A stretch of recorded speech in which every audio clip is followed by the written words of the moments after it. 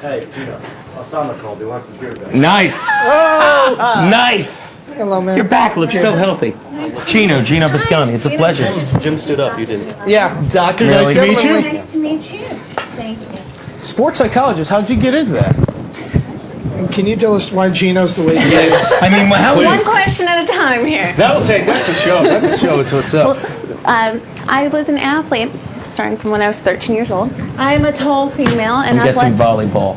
Volleyball, track and field, and crew. Crew, really? Nice. Yes. Volleyball would suggest West Coast, but crew would suggest East Coast. So Yeah. Which are you feeling? Which? I'm feeling East Coast. What do you think? I'm guessing Midwest volleyball. Okay. I'm thinking East Coast. 2 out of 3 is correct. It's East Coast. Damn it. Florida. Damn it. Florida. They have crew in Florida? Yes. This is the same. Most of the people are on rafts, or El Camino's fashioned into There boats. were alligators in the river. We tried to steer clear of those.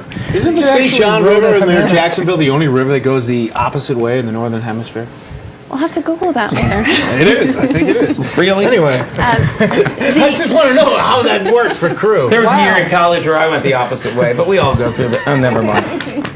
All right, so you became a sports psychologist, and obviously we've seen some players the night before the Super Bowl. Barrett Robbins. We can't think of the guy's name from the Bengals that got all coked Right. out. And Didn't someone? No one emailed us yet. No. Oh, you guys are just sick. Sorry? That joke It'll fell come flat. to me, but what are these players? You know, and I can just my own 2 Super Bowls. I saw a Giants team that was totally spooked out in Super Bowl 35 by the Ravens. By the Ravens. I mean, Ray Lewis was incredible in that game. But and then I saw a Giants team that was completely confident in Super Bowl 42, vast underdogs. They should have been blown out in that game, yet they won that game. What's the mindset for most of these athletes before the night before? Many of these athletes, particularly a team like the Saints, who haven't been to the Super Bowl before, are feeling really excited. They're also feeling jittery.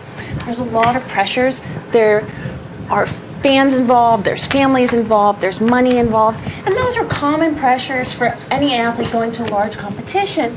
But added on this is the crowd, the size of the crowd that they're expecting at the Super Bowl, and the physiological reaction that happens when you step in the center of the stage and Stanley Wilson. There you go. That was the guy that got all coked out. Do you work with people with Tourette's? All right, go on.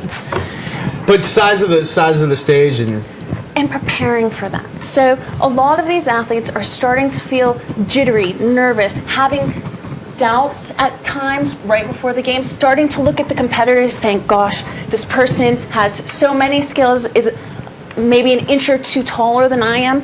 And in my work with athletes, what we do is prepare them really to be prepared to execute the game plan their coach has set forth, but also to be able to manage their emotions, whether it's not being excited enough or being too excited. Before the game is key, the pregame, the week pregame, because it's about staying relaxed. It's about being able to perform optimally. What happens when you feel emotions? What happens when you feel all stressed out? Oh, you saw that. Sorry. You get excited. Okay, what is another reaction? sweat. She wants you to say your parasympathetic nervous system releases a flight or fight response as adrenal glands hurry up and reduce things, and you're nervous and you don't concentrate. You're all right.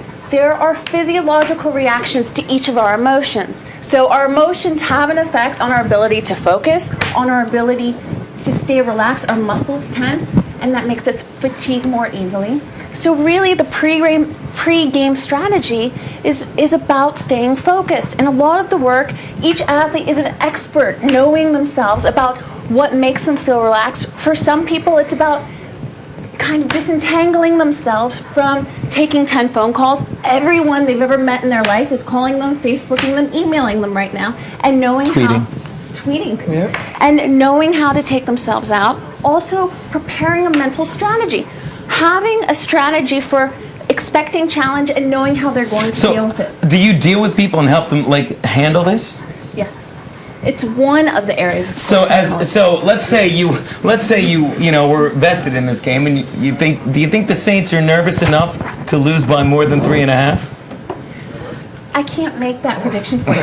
What I can say talk about strategies that would enhance their ability to reach their goals. Well, I've always been amazed by certain players that are role players that come out and have huge games on the biggest stage. I mean, Teddy Bruschi. Or a guy like David Tyree. Tyree. Well, that's one catch. He dropped passes. It was one catch, but it was a tremendous catch. He dropped passes all week in practice. But I mean, not only just in football. I mean, you have the Brian Doyles of the world that were marginal big league players that on the World Series stage performed. Jim Leyritz. And then you have guys like Barry Bonds and Alex Rodriguez that are the best at what they do. And they can't, they call it the proverbial tight rear end in most sports. That's the term most athletes use for it. And why that happens, I mean, and I think that all of us can relate to that, some of those struggles with some of these players. Gino is such a putz. What's that? That was the email. Gino's He's a comedian. He talks like a coach. Get over himself. If he's so hot on football players and strategy, why is he in the strategy room and not on the Super Bowl sidelines? Hank Bradley in Seattle. Gino, hate mail. How would you deal with that if you were Hank, enjoy Pete Carroll, who can't adjust to the NFL game.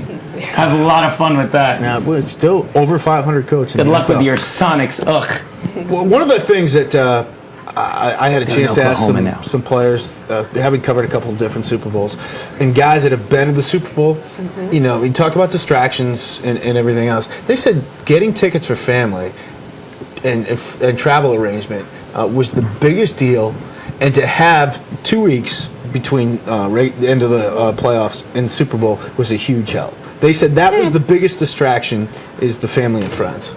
Would you agree? It is a distraction, and for many athletes, not only is it family, it's every friend they've ever met is suddenly in contact with them. And everyone wants a piece of them to congratulate them. And a lot of athletes need to step back. And what I recommend for them is to pick, for the night before the game, 3 of the top people who make them feel relaxed, confident, and the best in the world. Contact those 3 people the night before. Tiger Woods gets in trouble for doing that. Well, within reason. Okay, fair enough. Just checking. And Get a local radio. Yeah, exactly. and so you have contact with the people that are important to you, that are reinforcing how you feel, the positive feelings before the game, and the rest you'll contact. Yeah, so don't hang out with your girlfriend or your wife because they don't reinforce positive.